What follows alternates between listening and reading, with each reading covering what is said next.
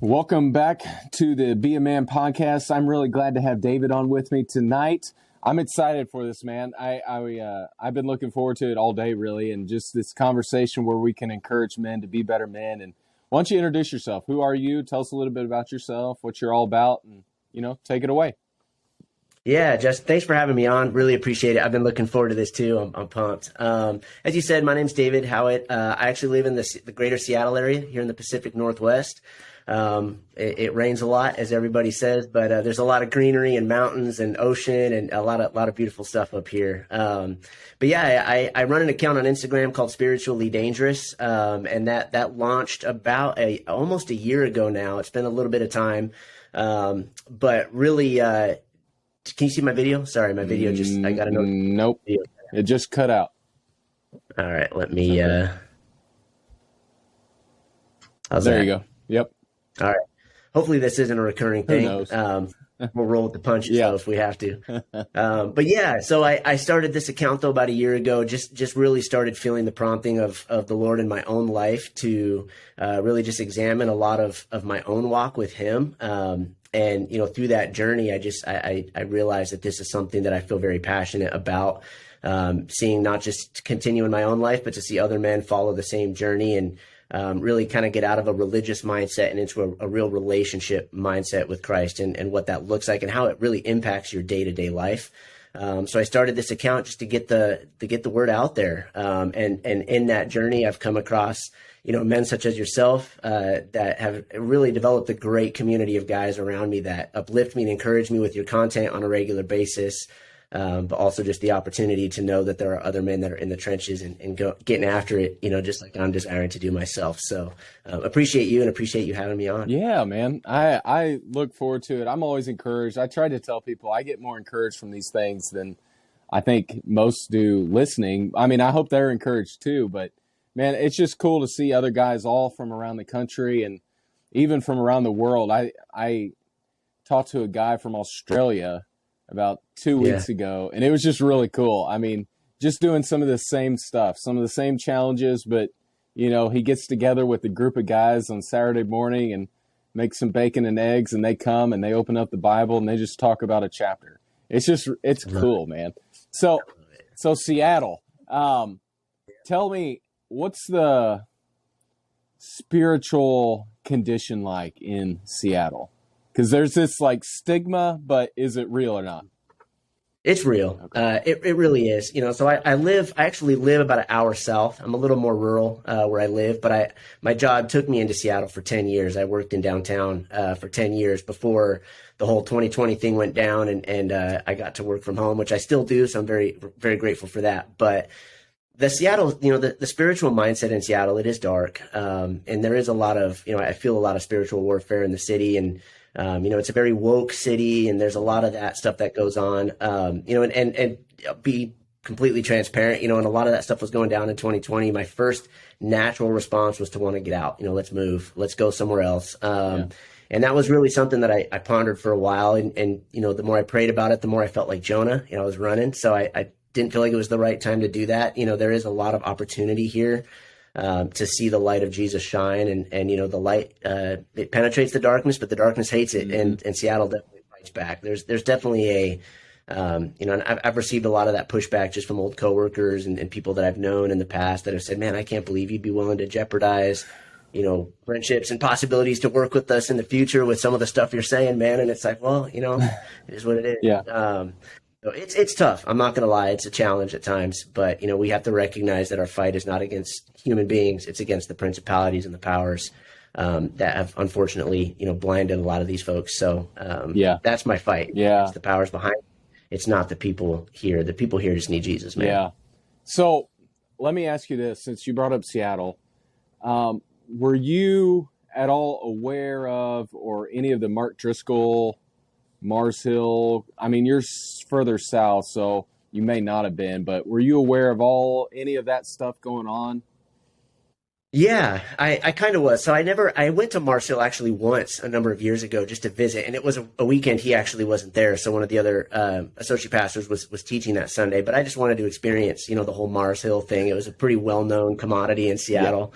I had listened to a number of his sermons, online. I had read his book, Reformations of a Pastor, Yeah, something something like like that. I that. can't. Yeah. Yeah, I'd read his book. So yeah, pretty well aware of him. And then I kind of heard everything that went down, and he moved to Arizona and started, I think, Trinity Church Yeah. over there. Yeah. But I've kind of been aware of him. Yeah, Yeah. it was a weird dynamic because like there was something always attractive about Mark, but then there was also something that rubbed me a little the wrong way. And I could never quite put my finger on what it was, but the things he was saying was just so unique, especially towards men in the church, that I feel like had been missing for so long. And at some point, it was like the church just was just putting out these weak men and not like building us up and calling us to the calling that we were supposed to do. I mean, would you agree? I mean, have you seen that too? Yeah, definitely. And that's one of the reasons why I actually got kind of attracted to his ministry at first, was because the things that he said did kind of cut, and it was one of those first, they were the first times I really listened to something and felt convicted as a man of like, wow, I'm weak in this area. I need to grow, and he didn't pull punches, and I think that's what ultimately got him in a little hot water, Yeah. to say the least, but I have to be honest, I still follow Yeah. him to this day. He's down in Trinity, and he puts out a lot of truth, and I recognize that, Yeah. he's not a perfect person. He's a man. He's fallible. He's going to make mistakes. He's going to say things he shouldn't, or, sometimes it's not even what you say, but it's how you say it or how you present it. And he had some issues with that, but at the end of the day, I think he's grown from it, and God is still using him. I think it would be a shame for anybody to kind of discard or disregard him now based off of some of the things that they'd heard about him Yeah. in the past. I think, God can teach us all lessons, and Yes, he can. he's learned some. He's learned some, and but at the end of the day, he's still that same guy where he's still saying exactly what needs to be said. He understands the times, he understands the spiritual warfare that we're in, and the things that he says, even to this day, they still kind of cut. He doesn't pull punches. He says what needs to be said. Yeah. Um, Yeah. But I'm grateful for him. He's been influential for me. He has. Yeah. I think anybody, which I don't think we're too far in age, but I think anybody in our kind of age range was influenced in some way by him. And Yeah. in some good, some not so good, but sometimes I think there's a level of accountability we have to remember we have to keep. And sometimes Yeah. it's easy to get in our own little bubble, our own little circle, and we forget some of that stuff. But, as we think about that, I wonder if you would speak to what are some of those things that I wish churches would do better at building up men, training up men. What are some of those things?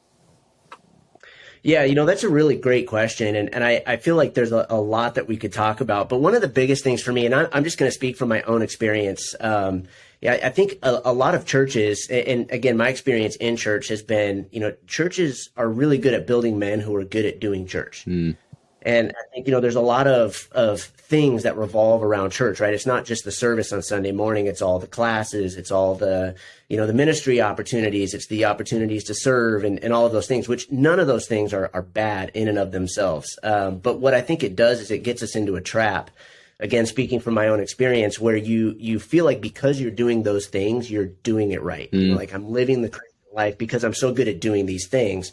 And I think we can sometimes forget about the fact that all of that stuff really is meaningless if we're not, at the end of the day, loving the Lord our God with all our heart, our soul, and our mind, which is Jesus' first and greatest commandment to us. And I kind of that was one of the things I really had to learn myself was, just because I'm doing these things, I would go to church every Sunday, I would sing in the choir, I would lead a small group, I would attend the Bible studies, and I would do those things. But I was doing them all really at the end of the day for the wrong reason. And a lot of times it was either to make myself feel better, like I'm doing what I should be doing, or it was to live up to the expectations that other people might have for you. And at the end of the day, it kind of boils down to this analogy that I've used, and it's the analogy of a boss and an employee at work, right? And if your boss tells you at the beginning of the week, hey, David, your task A is the first and greatest task this week. Like, this is the biggest priority for you to get done this week. And then come Friday, I come back to my boss and I say, hey, I did all these really great things at work, and they're all really good things for the company, but I didn't do task A. Is he really be pleased? And he's not, right? Because even though you did this good work, you still missed that one thing that he said, this is the greatest this is the greatest priority for you this Hmm. week. I really felt like that was me. And I know because it was me, chances are there are other men that are in the same position where they're doing a lot of great things, right? They're not necessarily in sin. They're doing things like leading groups, they're in classes, they're going to church, and they're doing all of that. But outside of the context of those things, their personal walk with the Lord is suffering. Mm. You know, they're not reading the Bible with the purpose of being transformed by it. You know, they're reading it so that they can say they read it, or they can check the box that they did the homework, or it's just, you know, the mindset is off. And so I wish churches would be a little more intentional about, you know, the reason why we do those things. All of it should be pointing us to Jesus, and none of those things are the thing itself. Yeah. And we can make that mistake Yeah, sometimes. I completely agree with you. I think, and I wonder what you would say. I have my thoughts, but what are some of those things that you could dive into to grow closer to Jesus? How can you make your Bible study more meaningful? Those types of things. Yeah. Yeah. And for me, it really just boiled down to the mindset. Why am I reading it? Everything comes back to your why. Mm. You know, why do you do anything? Right. And, you know, for me, I would read for a long time, for years. And it would be, you know, with the purpose of, you know, doing it because I knew it's what a Christian should do. I should read the Bible, you know, as a Christian. So I'm going to read the Bible. Or, you know, if I was leading a small group, I knew that, hey, I'm going to be teaching on this topic with the small group, or I'm leading this discussion. I have to make sure I'm prepared. So I'm going to do the reading, Yeah. right? Um, for me, it was when the mindset shifted to, I'm not going to read the Bible because I'm supposed to, or I need to for XYZ reason. I'm simply going to read the Bible because I want to be transformed by it. Right. It's understanding that if God is God and I'm not, then Hmm. everything he says is true, and I need to align myself to what he's saying. And it means all of my perceptions, all of my emotions, my thoughts, everything has to align to what God's word says. And so that really shifted something in me. And this was back in 2019 is when that really started clicking with me, was reading to be with the purpose of being transformed by it. And when I started doing that, you know, I realized two things. One, I'd never really done that before. It was always reading the Bible, again, for other reasons, but it was never explicitly reading so that the words on the page could change how I think and how I act. Yeah. And the second one was my time with the Lord just exploded. You know, it went from being just, you know, it's cool, it was good. You know, I read the Bible, I felt good about myself, Yeah. but it was really hard to get consistency, you know. But when you apply yourself to that motive, and that's your why, so that the Lord can actually lead you into being more like himself, he shows up, you know. And then my times in the morning became my favorite time of the day. You know, you get up early, you get your workout in, you have your Hmm. coffee, and then you're sitting there with the word and prayer. And it's what I looked forward to most, because I realized the value of having the Lord touch you in that way, you know, when you allow him to. Yeah. So Yeah. it's Dude, why. that's awesome. That's really good. That's going to be a reel right there that I'm going to put together, because I do think it's for every guy. I think I remember the moment I was 18 or 19, driving home. My dad, I don't think I've ever shared this on here, but my dad had sent me to some classes. I had just graduated a couple months later from high school. So it was a couple months after that. He sent me to some classes that were centered around more Bible-based counseling. And so I'm driving up. It's about an hour and a half drive away. I'm driving up, and we're taking these classes, and it was a few weeks into it. And I remember driving home one night, and I remember exactly where I was. I can remember the cars around me, and it hit me that the Bible was more than just a bunch of stories, a bunch of, you know, this thing that was laid out there. I believed, but I hadn't really submitted in every area. Like, I didn't necessarily view the Bible as the pathway of my life. And I can remember saying, if this is real, then I'm going to shape my whole worldview, my whole life around this thing. And it became the why. It became like, this is what I'm doing. And that flowed into what I was looking for in a wife, that flowed into my calling, what I was going to do with my life. It has flowed into my kids. Everything I do is now shaped by those scriptures. And I think at some point in church history, in recent church history, that was lost. And I can't pinpoint exactly when that was. I go even as far back to roughly around the time of the Civil War is when I really Yeah. see a shift. But as I'm a history nerd, so I like reading that kind of stuff and whatever. But there was a major shift in the theology, the discipleship, all those things after the Civil War for whatever reason. Interesting. Yeah. And That's interesting. yeah. Yeah. It's really interesting, and I love history too. And I'm actually that really intrigues me. I'm curious why that is. I can't speak for back then, but I think a lot of what we see today, I had a old friend of mine say the day a church applies for a business license is the day you stop being a church and you start becoming an organization.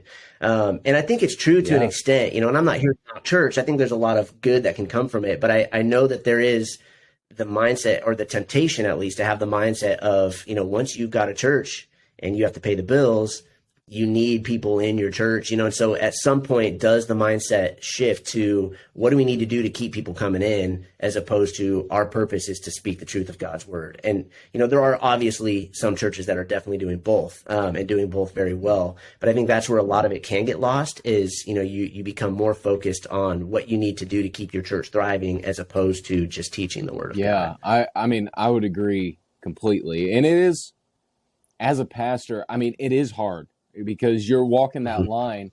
Now, ultimately, I think in my mind, it's when I start seeing lives like being transformed by that gospel, that's when it really is joyful for me.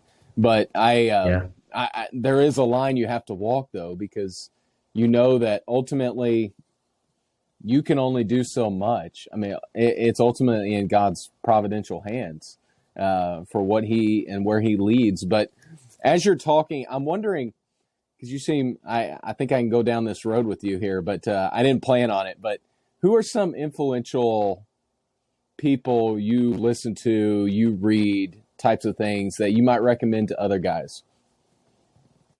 Yeah, I'm glad you asked. I mean, there's one book that comes to mind right off the top of my head, and it's actually a book I'm halfway through right now. But it's called The Spiritual Man by Watchman Nee. If you've never read this book, it's a heavy read. I mean, the book is, actually don't have it up here right now, but we're talking this thick, and it was written in the 60s, it's heavy, every page. And, I can only read 3 to 5 pages at a time because everything is just getting highlighted and meditated on. But the reason I call that book out with enthusiasm is because it really is the first book I've ever read outside of the Bible that I feel like really does a great job of characterizing who I am as a man in terms of my body, my soul, and my spirit, what the difference between those three are, and then how, each man that has, we obviously are fallen creatures, how we fell in our body, our soul, and our spirit, and then how Jesus came to rescue us in body, soul, and spirit. And it's just this complete picture. I mean, it's really transforming the way that I perceive a lot of things, because I've understood what I used to characterize as spirit is actually my soul. What I used to think was spiritual is actually soulical, and I realized, how often I've actually relied on myself, even when trying to do the Lord's work. It's my own determination, my own understanding, my own passion for it that I lean on to get the Lord's work done, as opposed to, dying to my complete self, not just the side of myself that wants to sin. It's the side of myself that would do anything. It's like die to all of it and rely fully on the Holy Spirit, and it's so that book is revolutionary for me. So Watchman Nee's book, The Spiritual Man, I would recommend. The second one that really got me was a book by Brennan Manning, and it was called The Signature of Jesus. That was a book that it was kind of back in that early on journey for me in 2019, when I was really starting to develop that relationship with the Lord. I'd been saved, for years, since I was a kid, but it was really that understanding of what that relationship feels like, when you really apply yourself to it. And that Signature of Jesus, it just brought Jesus to life, for me. And it just helped me understand who he was as a man on this earth. And what it looks like in your life tangibly to walk with him. So those are two that have been really instrumental for me. Yeah, that's really good. I've heard of one, but not the other. So I'm going to have to check that out. I'm always up for new books to read. So I enjoy it. I've been going through with a group of guys, Practical Religion by J.C. Ryle, an old Puritan writer. And it's like, he was back in the 1800s, but it's as if he's writing today. He's hitting everything we're seeing today and culture, with men, with what's going on in the church. It's just, he talks about, people who are just Christian, air quotes, just in name only, but aren't really living it out. And it's just, it's excellent, excellent read. And I think, man, it's true. Ecclesiastes tells us nothing's new under the sun, and it's so true. It's so true. Yeah. Yeah. Well, It's exciting when you can read a book that was written, because Watchman Nee, same thing. That book was written back in the 60s. And it transcends all of the generations, and you can tell it's spirit led when it can speak to, it's not just for its time, it's for, all the times coming after it. So. Hey, tell me more. I want to switch gears here. Tell me more about what you're trying to accomplish, or if somebody's listening, maybe they haven't followed your accounts before. What all are you trying to accomplish on there? Yeah. So as I mentioned at the outset, the account name is Spiritually Dangerous. And it really came from a place of wanting to be a warrior for Christ. That was kind of the mindset that I was in when I started this. And it really stems from James 4:7, where we're told to submit ourselves to God, resist the devil, and he will flee from you. And my real objective with this account is to help men understand, first and foremost, that we are all at war. We're at war. And I think a lot of men don't really think of life that way. We understand what Ephesians tells us, that we wrestle not against flesh and blood, but against principalities and powers. So we have a head knowledge of that verse. But I really feel like in today's day and age, the spiritual warfare has never been more visible. The attack against everything that God has established, it's palpable, against men's authority and headship in the home, men's, or just marriage between man and a woman, he created them male and female. There's so many things that are ordained by God that are just under complete assault right now. And so my objective is really just to help men become spiritually dangerous, wage war in the war that we're in. And it really all stems from submitting you mentioned it earlier, how it flows into every aspect of your life. It's in every aspect of your life, submitting yourself to God's authority, resisting the devil, and become spiritually dangerous. I know you've had him on your podcast before, but Donovan, the Call to Act podcast, he released something just earlier this week that kind of spoke to it. I loved it, where he was talking about, you wake up in the morning and the devil shakes in his boots a little bit because he knows that you're a man who's going to be about God's mission, and you're going to be mission minded. And that's really what this account is about, is helping men recognize the fight that we're in and the role that we need to play as God's men. Yeah. I love Donovan. He's a cool guy. And, we're getting ready to do some type of Christmas thing too. So it should be a lot of fun, but nice. He's and he had an interview with the Christian kind of hip hop artist Holvey. Did you see that? I was like, how do you get these guys on, man?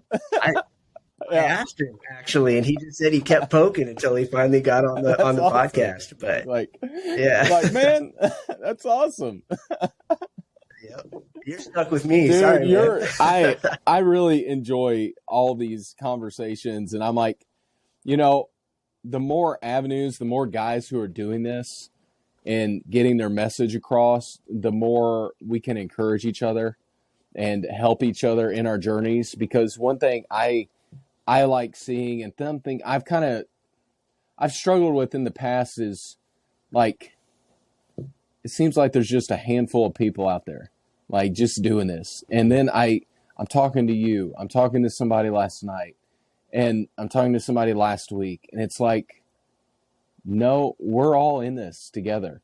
And, it could be, I think Donovan had some kind of former basketball player on. I'm like, it could be somebody like that. It could be, I had a church planner on 2 nights ago, and we were just talking how he's planning a church, and he actually went to one area, this area that he's at now, left several years ago, and now has come back and is starting to plan another church.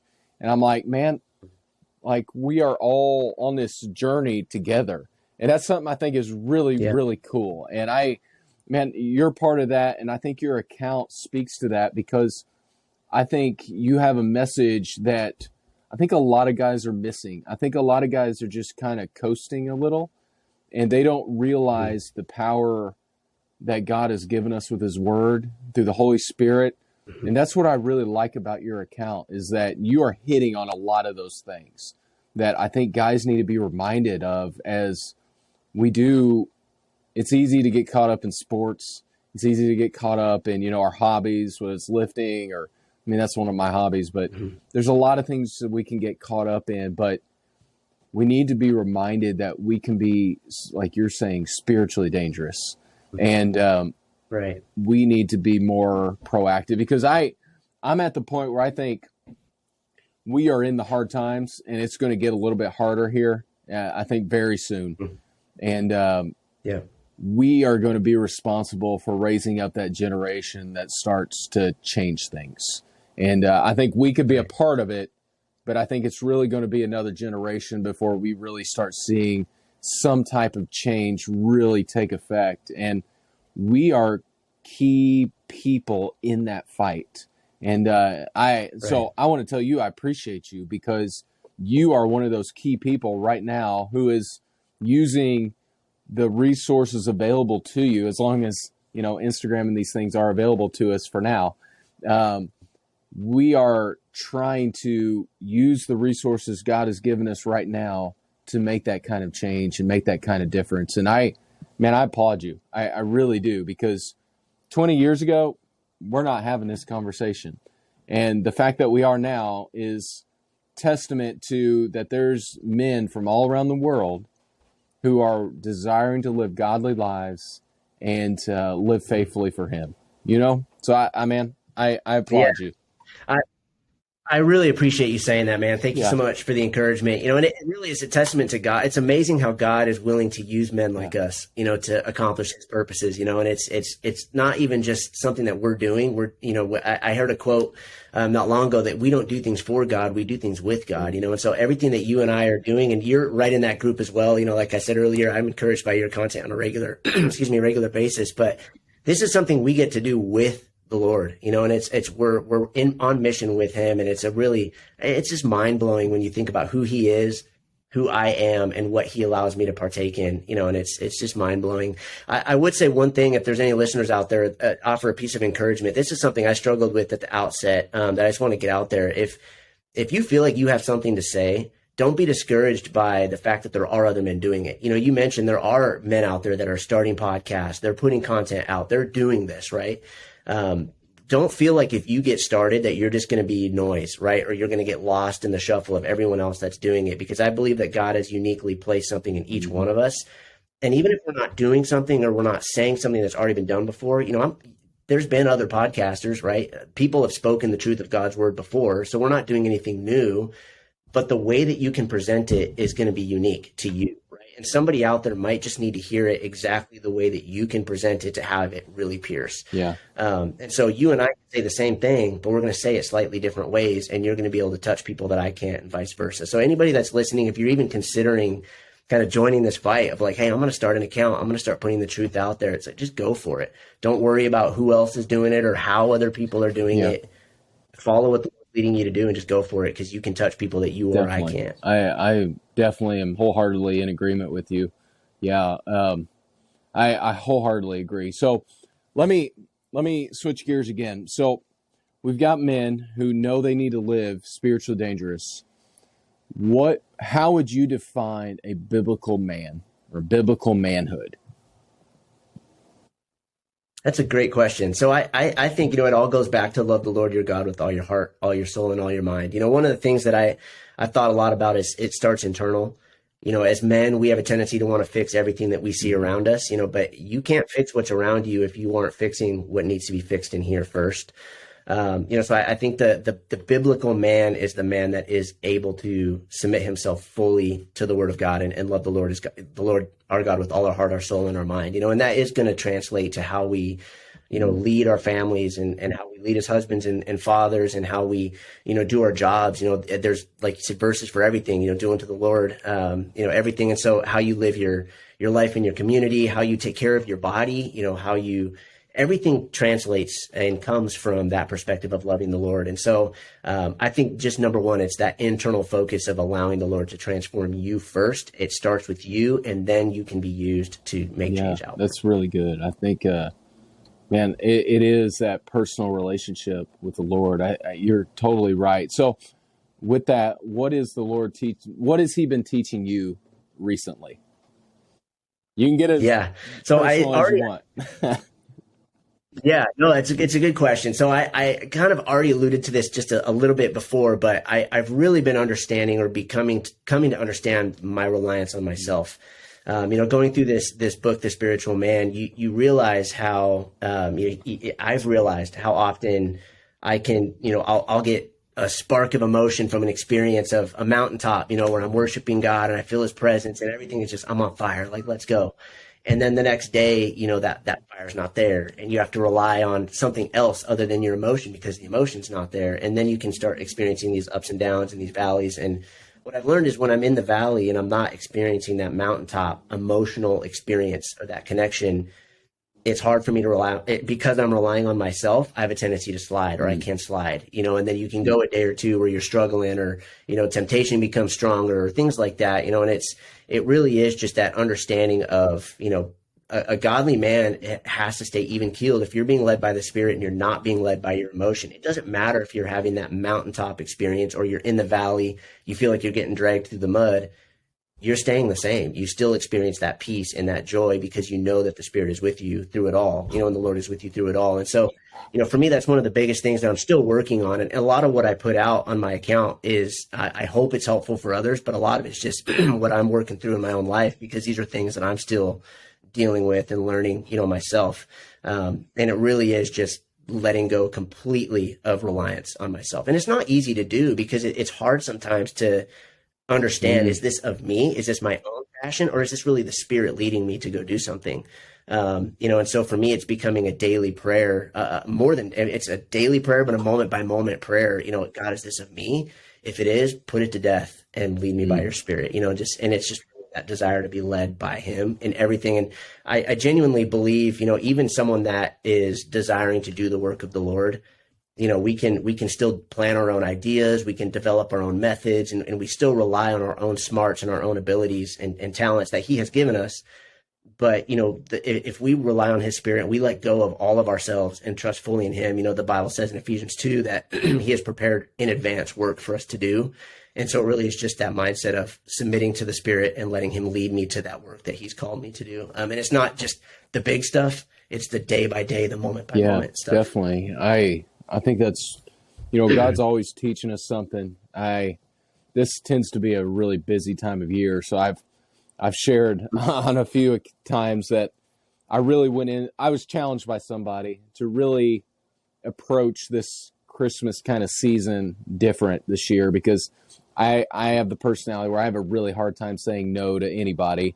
I have often just looked forward to January this time of year, but this year I've gone into it with I've delegated a lot of things. I've said no, and I've been more purposeful in how I'm trying to tackle this end of 2022. And, you know, it's just something that God's been teaching me. It's been very humbling. And it's worked my patience over a few times because, like, I see a need, I want to get it done, but I know that's going to take me away from whichever child that needs me that particular day. So it's amazing to see how God's always doing something. He's always teaching us something, and I think your testament there is just that God is always at work, and we are on that journey with Him, like you were saying before. And I appreciate your words there because I think it's going to really encourage guys because a lot of times it is easy to see God or experience Him on that mountaintop. That's not Yeah. most of life, though. Most of life is more in the Mhm. valley than up on the mountaintop. And um, it's seeing God when we're down there too and experiencing Him. That, Psalm 23, it's often used for funeral services, but that wasn't Mhm. what it was meant for. It's to teach us that He is a good shepherd. And, that rod and Right. that staff, He didn't just carry those around to, make His way through the desert because He couldn't walk. He beat off the wolves with them. I mean, He was protecting His sheep, and that's what He does for us too. And often in the valley, we need to be reminded of that truth. And man, I've been really encouraged by this. And I want to, if someone wants to get a hold of you or talk to you or learn more about what you're talking about on here, where's the best place? Your Instagram or somewhere else? Yeah, DM on the Instagram would be a perfect place, and I would love to connect, if anyone wants to talk a little bit further about any of these topics, or even just ask for prayer. I mean, I'm here, and I know you're the Mhm. same, and there are other men out here. We're this community. It's a brotherhood, right? We're not just doing this on our own, and so I would encourage anybody, please reach out. I would love to pray for you, talk with Yeah. you. Absolutely. I'll drop all that info in the description, and we'll see.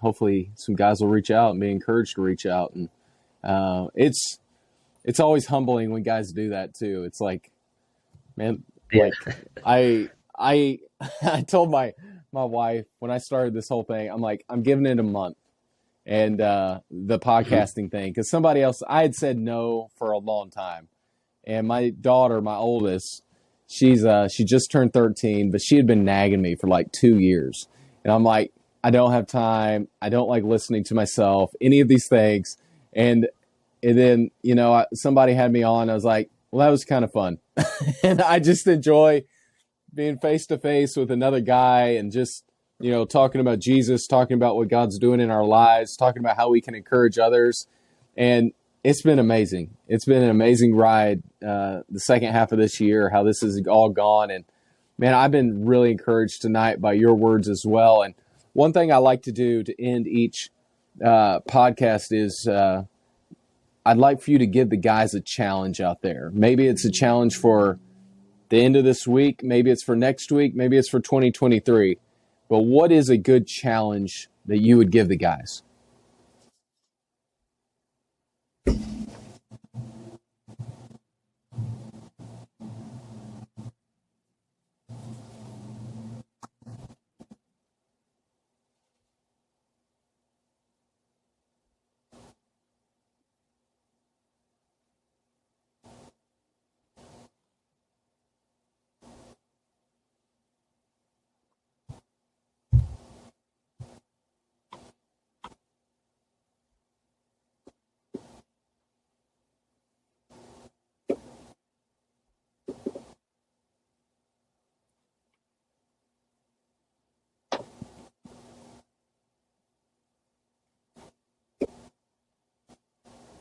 Excellent.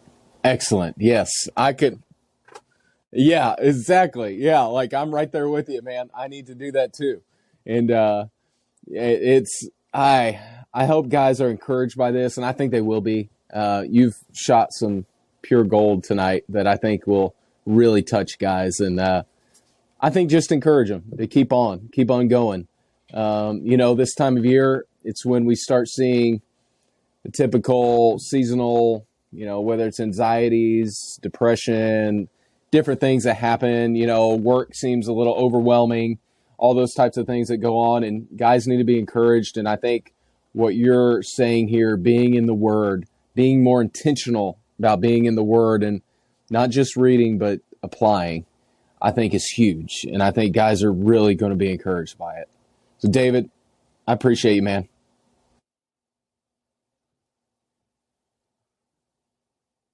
Oh, yeah. Yeah, we will. Yeah, sure thing. I will definitely be in touch for this coming year, and we'll do it again. Uh, yeah. So I appreciate you, man.